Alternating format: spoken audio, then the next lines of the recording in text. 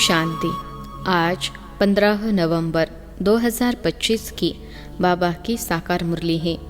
मुरली के महावाक्य हैं, मीठे बच्चे, अपने कैरेक्टर सुधारने के लिए याद की यात्रा में रहना है। बाप की याद ही तुम्हें सदा सौभाग्यशाली बनाएगी। प्रश्न है, अवस्था की परख किस समय होती है? अच्छी अवस्था किसकी कहेंगे? उत्तर है, अवस्था की परख बीमारी के समय होती है। बीमारी में भी खुशी बनी रहे और खुश मिजाज चेहरे से सबको बाप की याद दिलाते रहो, यही है अच्छी अवस्था। अगर खुद रोएंगे, उदास होंगे तो दूसरों को खुश मिजाज कैसे बनाएंगे? कुछ भी हो जाए, रोना नहीं है। ओम शांति। 2 अक्षर गाए जाते हैं, दुर्भाग्यशाली और सौभाग्यशाली। सौभाग्य चला जाता है तो दुर्भाग्य कहा जाता है। स्त्री का पति मर जाता है तो वह भी दुर्भाग्य कहा जाता है। अकेली हो जाती है, अभी तुम जानते हो हम सदा के लिए सौभाग्यशाली बनते हैं। वहाँ दुख की बात नहीं, मृत्यु का नाम नहीं होता है, विधवा नाम ही नहीं होता। विधवा को दुख होता है, रोती रहती है। भल साधु संत है, ऐसा नहीं कि उन्हें कोई दुख नहीं होता है। कोई पागल बन पड़ते हैं, बीमार रोगी भी होते हैं।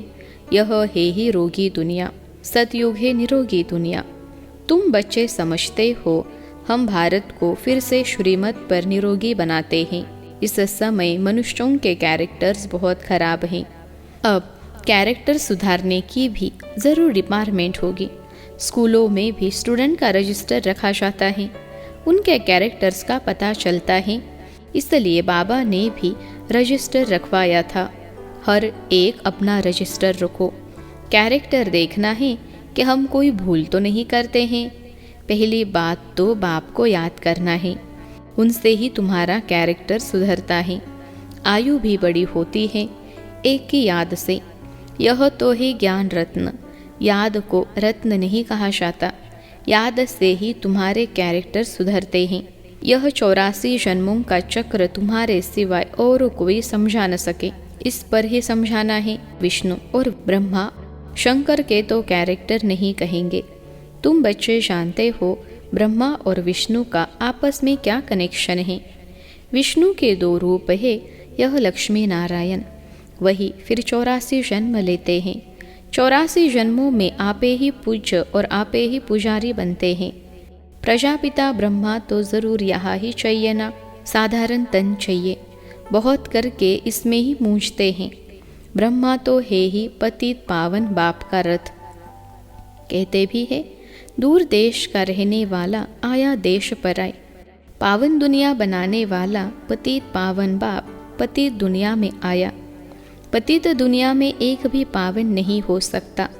अभी तुम बच्चों ने समझा है कि 84 जन्म हम कैसे लेते हैं।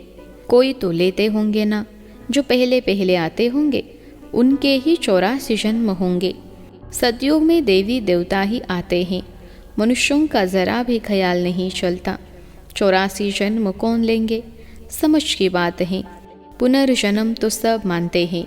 84 पुनर्जन्म हुए, यह बड़ी युक्ति से समझाना है। 84 जन्म तो सभी नहीं लेंगे ना, एक साथ सब थोड़े ही आएंगे और शरीर छोड़ेंगे। भगवानुवाच भी हैं कि तुम अपने जन्मों को नहीं जानते हो, भगवान ही बैठ समझाते हैं। तुम आत्माएं 84 जन्म लेती हो। यह 84 की कहानी बाप तुम बच्चों को बैठ सुनाते हैं। यह भी एक पढ़ाई है। 84 का चक्र तो जानना बहुत सहज है। दूसरे धर्म वाले इन बातों को समझेंगे नहीं। तुम्हारे में भी कोई सभी 84 जन्म नहीं लेते हैं। सभी के 84 जन्म हो तो सब इकट्ठे आ जाए, यह भी नहीं होता है। सारा मदार पढ़ाई और याद पर है। उसमें भी नंबर 1 है याद। डिफ़िकल्ट सब्जेक्ट पर मार्क्स शास्त्री मिलती हैं, उनका प्रभाव भी होता है। उत्तम मध्यम कनिष्ठ सब्जेक्ट होती है ना, इनमें है 2 मुख्य। बाप कहते हैं मुझे याद करो तो संपूर्ण निर्विकारी बन जाएंगे और फिर विजय माला में पिरो जाएंगे। यह है रेस।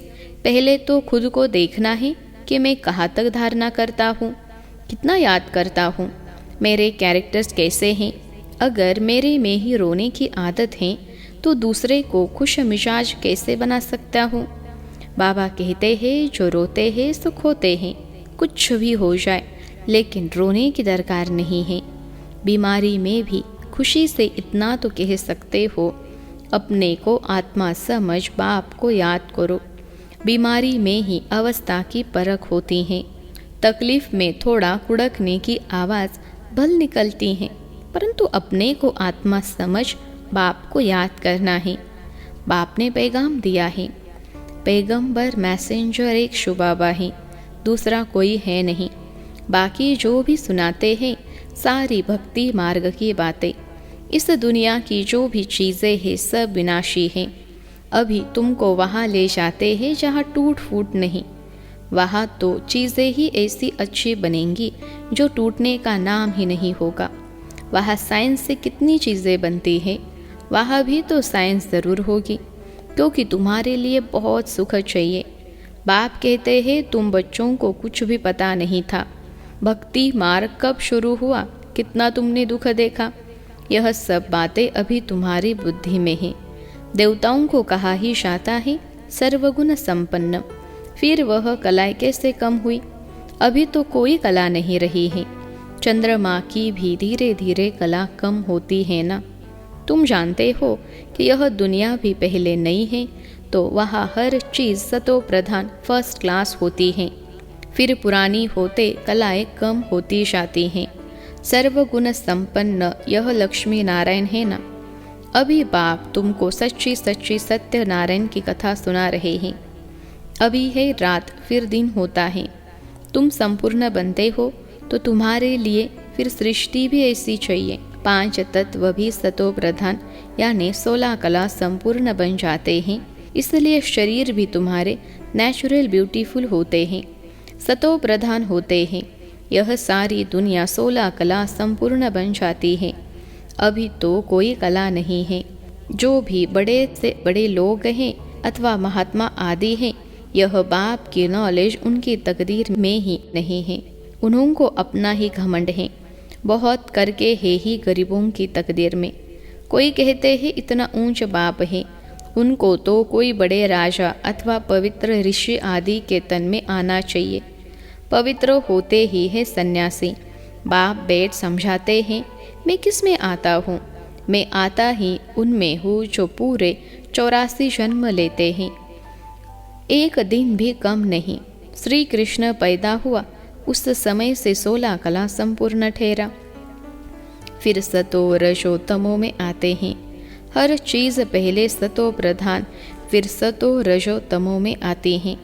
सतयुग में भी ऐसे होता है। बच्चा सतो प्रधान है, फिर बड़ा होगा तो कहेगा अब हम यह शरीर छोड़ सतो प्रधान बच्चा बनता हूँ। तुम बच्चों को इतना नशा नहीं है, खुशी का पारा नहीं चढ़ता है। जो अच्छी मेहनत करते हैं खुशी का पारा चढ़ता रहता है, शक्ल भी खुशनुमा रहती है। आगे चल तुमको साक्षात्कार होते रहेंगे। जैसे घर के नज़दीक आकर पहुँचते हैं तो फिर वह घर बार मकान आदि याद आता है ना। यह भी ऐसे ही पुरुषार्थ करते करते तुम्हारी प्रारब्ध जब नज़दीक होगी तो फिर बहुत साक्षात्कार होते रहेंगे, खुशी में रहेंगे। जो नापास होते हैं तो शर्म के मारे डूब मरते हैं। तुमको भी बाबा बता देते हैं, फिर बहुत पछताना पड़ेगा। अपने भविष्य का साक्षात्कार करेंगे, हम क्या बनेंगे। बाबा दिखलाएंगे यह विकर्म आदि किए हैं, पूरा पढ़े नहीं, ट्रेटर बने, इसलिए यह सज़ा मिलती है। सब साक्षात्कार होगा, बिगर साक्षात्कार सज़ा कैसे देंगे। कोर्ट में भी बताते हैं तुमने यह किया है, उसकी सज़ा है। जब तक कर्मातीत अवस्था हो जाए तब तक कुछ न कुछ निशानी रहेगी। आत्मा पवित्र हो जाती है, फिर तो शरीर छोड़ना पड़े, यहाँ रह न सके। वह अवस्था तुमको धारण करनी है।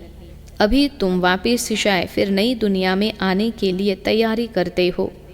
तुम्हारा पुरुषार्थ ही यह है कि हम जल्दी जल्दी जाए फिर जल्दी जल्दी आए। जैसे बच्चों को खेल में दौड़ाते हैं ना, निशान तक जाकर फिर लौट आना है। तुमको भी जल्दी जल्दी जाना है, फिर पहले नंबर में नई दुनिया में आना है, तो तुम्हारी रेस है यह। स्कूल में भी रेस कराते हैं ना।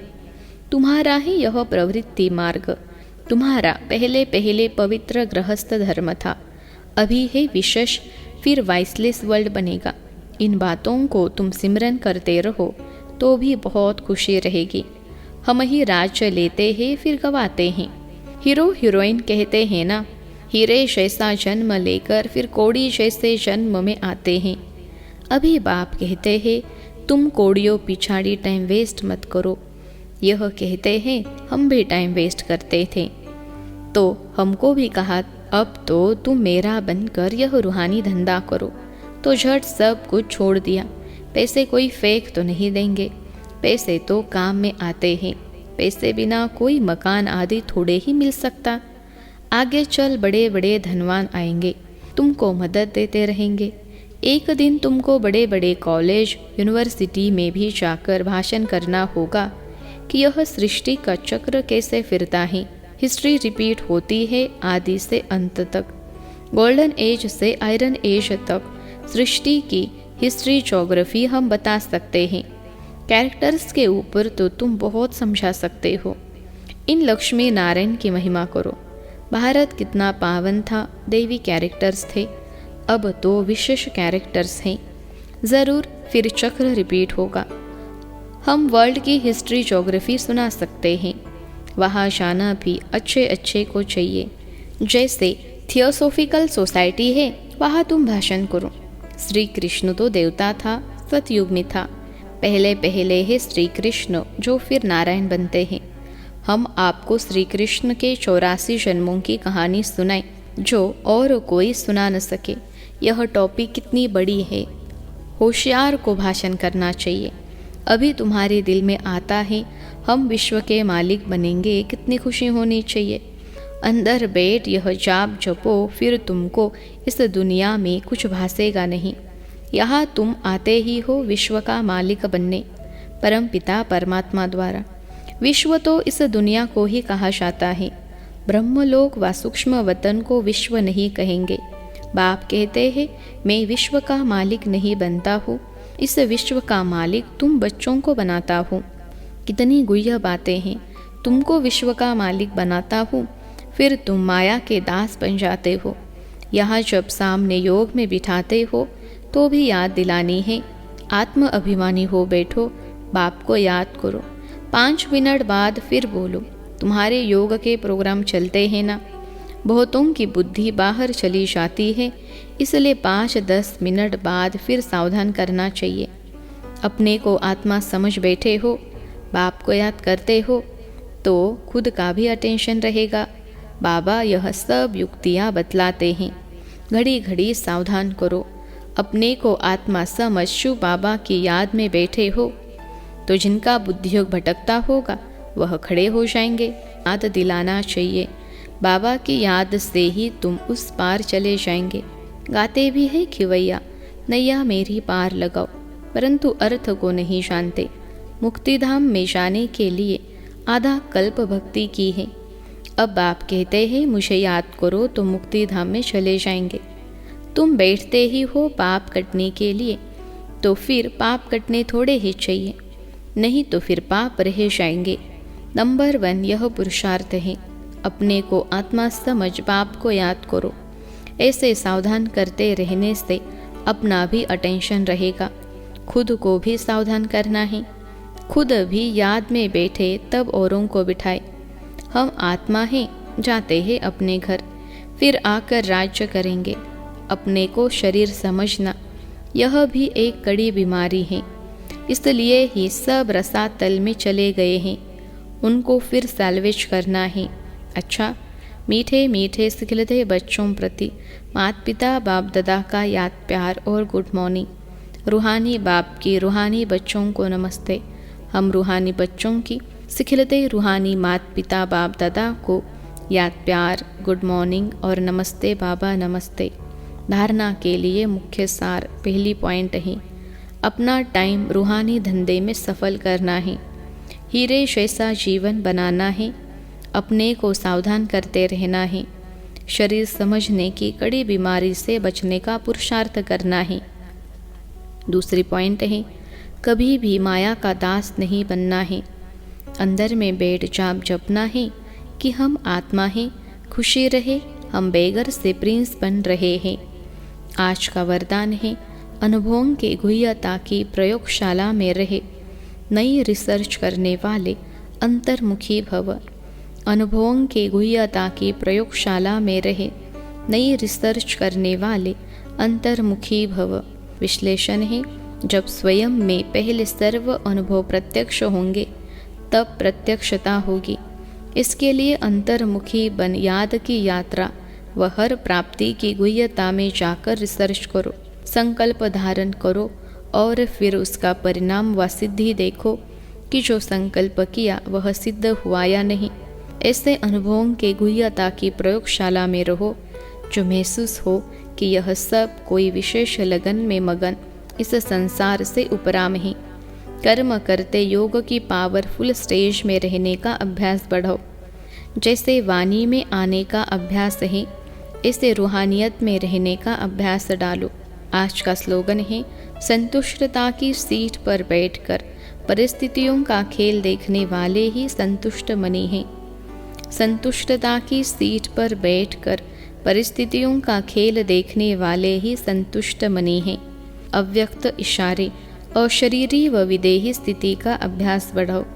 जैसे हठयोग अपने श्वास को जितना समय चाहे उतना समय रोक सकते हैं, आप सहज योगी, स्वतः योगी, सदा योगी, कर्म योगी, श्रेष्ठ योगी अपने संकल्प को, श्वास को प्राणेश्वर बाप के ज्ञान के आधार पर जो संकल्प, जैसा संकल्प जितना समय करना चाहो उतना समय उसी संकल्प में स्थित हो जाओ। अभी अभी शुद्ध संकल्प में रमन करो। अभी अभी एक ही लगन अर्थात एक ही बाप से मिलने की, एक ही अशरीरी बनने के शुद्ध संकल्प में स्थित हो जाओ। अच्छा, ओम शांति।